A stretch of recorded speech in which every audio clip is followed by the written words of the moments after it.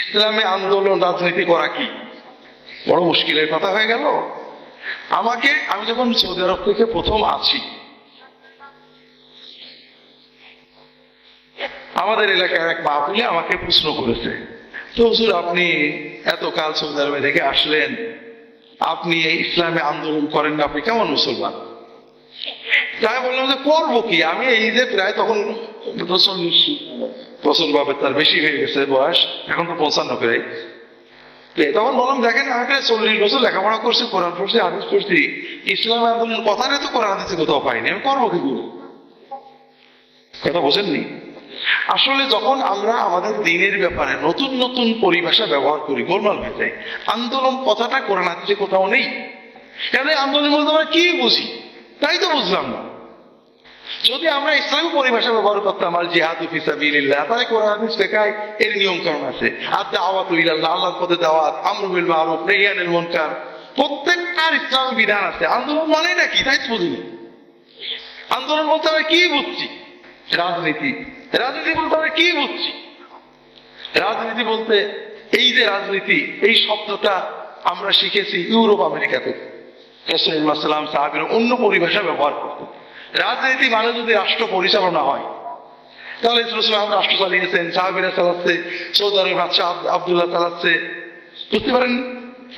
আমরা রাজনীতি বলতে বুঝি গণতান্ত্রিক ব্যবস্থায় দল গঠন করে ক্ষমতা দখলের চেষ্টা, ক্ষমতা দখল করে নিজের ম্যানিফেস্টো বাস্তবায়নের চেষ্টা। এটা রাসূলুল্লাহ করেননি, সাহাবীরা করেননি। এটা শরঈ বিধান কি?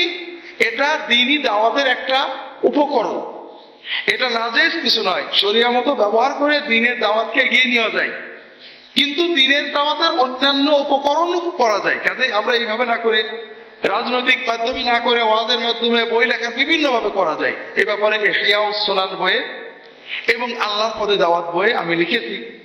এই জন্য দ্বীনি দাওয়াতের কোনো একটা পথকে ফরজ বানাবেন না, বড় দুঃখ।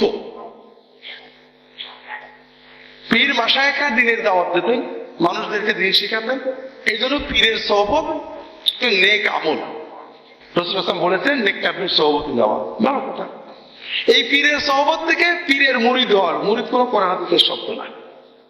রাসূলুল্লাহ সাহাবী তাবেঈনরা ছিল না, বলে পীরের মুরিদ হওয়া ভালো, এটা ভালো কথা। এরপরে এই ভালোটা ফরজ হয়ে গেল, পীরের মুরিদ হওয়া ফরজ, খারাপ কথা। এরপরে কি পীরের মুরিদ না হলে জান্নাতেই যাওয়া যাবে, বোঝেন কথা? যেমন একটা উদাহরণ দিই আপনাদের, ইলম শিক্ষা করা ফরজ, সঠিক কথা। এর থেকে একজন বহু মাদ্রাসায় পড়া ফরজ। আসলে মাদ্রাসায় পড়া ফরজ, ফরজ কি? কেউ যদি মাদ্রাসায় না পড়েও কিতাবপত্র পড়ে ইলম শিক্ষা ফরজ হবে না? আমি অনেক মেয়ে জানি যারা বাড়িতে বাবার কাছে পড়ে একেবারে বিরাট আটক হয়ে গেছে, কোনো মাদ্রাসায় পড়ি হবে না। তাহলে ফরজ কি? মাদ্রাসায় পড়ানো ইলম শিক্ষা। আচ্ছা, তারপরও মেনে নিলাম যে মাদ্রাসায় পড়া। এখন মাদ্রাসায় পড়া, এখন মনে মাদ্রাসায় ভর্তি হওয়া ফরজ, অর্থাৎ ইলম শেখো না শেখো মাদ্রাসায় ভর্তি হয়ে লাগবে। এরপরে বললো মাদ্রাসায় ভর্তি হলে সে বেহেশতে যাবে। ঠিক ওরকম হয়ে গেছে।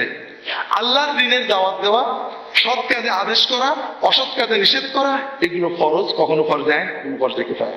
এগুলোর বিভিন্ন পদ্ধতি আছে, ওয়াজের মাধ্যমে, দাওয়াতি মেহনতের মাধ্যমে, মানুষদেরকে আশেপাশে বাড়িতে বসে দাওয়াত দেওয়ার মাধ্যমে, পীর মুরিদির মাধ্যমে, বিভিন্ন মাধ্যমে এটা হতে পারে। তার একটা মাধ্যম প্রচলিত গণতান্ত্রিক রাজনৈতিক ব্যবস্থায় একটা রাজনৈতিক দল বানিয়ে মানুষদেরকে দাওয়াত দেওয়া, যে ভাইরা আমাদের ক্ষমতা দেওয়া, আমরা দেশে ইসলামের পরিবর্তন আনবো। এটা না দেশ কিছু নেই। আবার এটা রাসূলুল্লাহ সাহাবী তাবেঈনদের এই প্র্যাকটিস ছিল না, এটা উপকরণ। এরপর আমরা বললাম যে পীর মুরিদি ফরজ, অথবা তবলিগ দাওয়াত ফরজ, অথবা দাওয়াত আন্দোলন করা ফরজ। এটা একটা নতুন বাড়ানোর কথা।